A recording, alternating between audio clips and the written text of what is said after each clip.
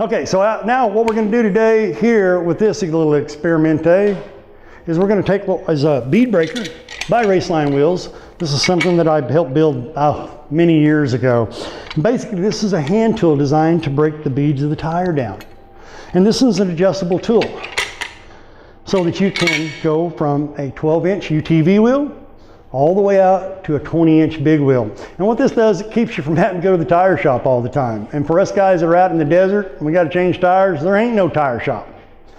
So we take and we use this tool. So we're going to go through right here. We're going to dismount this. I brought out a trailer tire and wheel because it's the first thing I grabbed hold of out there, and it'll help you to understand just how this thing works. So what we're going to do first, so we have a bead breaker, our solution of water and towels for lubrication, and a bow core removing tool. So we're going to remove the bow core.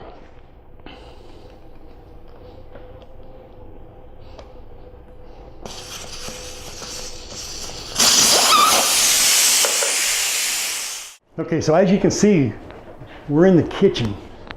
The reason we're here is because I want to talk to you a little bit about how you lubricate tires to get them mounted, and how you lubricate them to mount the bead lock, and how to use the bead breaker. And you're going to see these things, but everybody wants to take and spray WD-40 or some other petroleum product. The problem with petroleum products is it's oily and it doesn't dissipate and go away. So once you mount it up with something petroleum product, it can slip off just the way it slipped on. So what I do is I go into the kitchen. I get a coffee cup, just a little bit of Mama's soap, and I mean just a little bit in the cup's all you need. And I run a little bit of water in there. I take me some paper towels. Some guys might want to have a spray bottle. If you do this a lot, you might want to take your spray bottle and mix you up some stuff to do. But this makes it really easy, where we can just take this and we can go out, we can use our bead breaker, and we can also use the same thing to mount the tire up.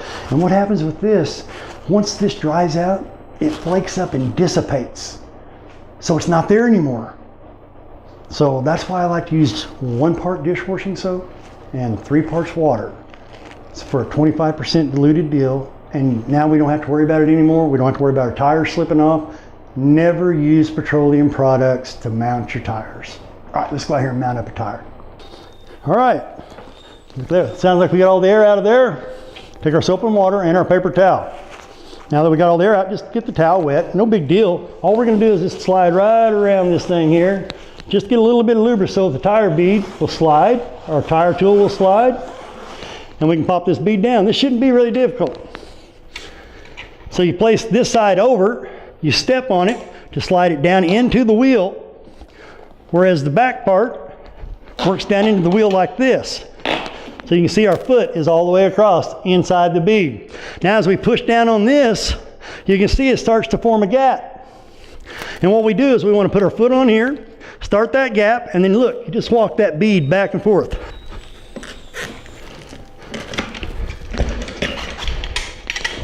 Now your bead is broke. There was no tire shop, not much effort, bead is down. So if you want to do the other side, you're going to soap it up here a little bit. Now on the back side, it's a little bit different because you have such a big back bell on the back of the wheel, like we were talking about with the DOT specifications. So the back bead is a little more of a difficult deal. Sometimes you just take the tire, you push it down, you move it about 1 inch, you push it down, you move it a little inch, and you push it down till you get it far enough over the safety bead that you can get it down the big bell. Sometimes with some of the big tires that have big, thick beads, very difficult for any machine to break down. So what I do then, and I don't have it here today, but I just take like a broom handle, a wooden broom handle, piece about this long. And when I push the bead down, I slide that in to wedge it, to hold it down. So as I slide the bead breaker over, I already have gained ground every time I go.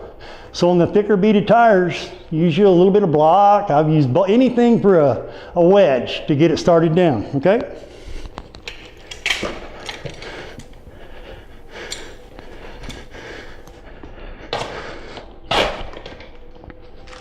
Right down, just slips right off. I don't know how much easier breaking a bead down can be. Because I know the tire shops are going to charge you $10 just to roll in there, plus you got to drive down there, and now you're in town, you're going to buy mama lunch. Bead breaker makes it easy right at the spot at your camp. The only bad complaint I ever heard about this is that your friends would not bring it back. So remember that when you buy your Raceline bead breaker. Put your name on it. Make it yours.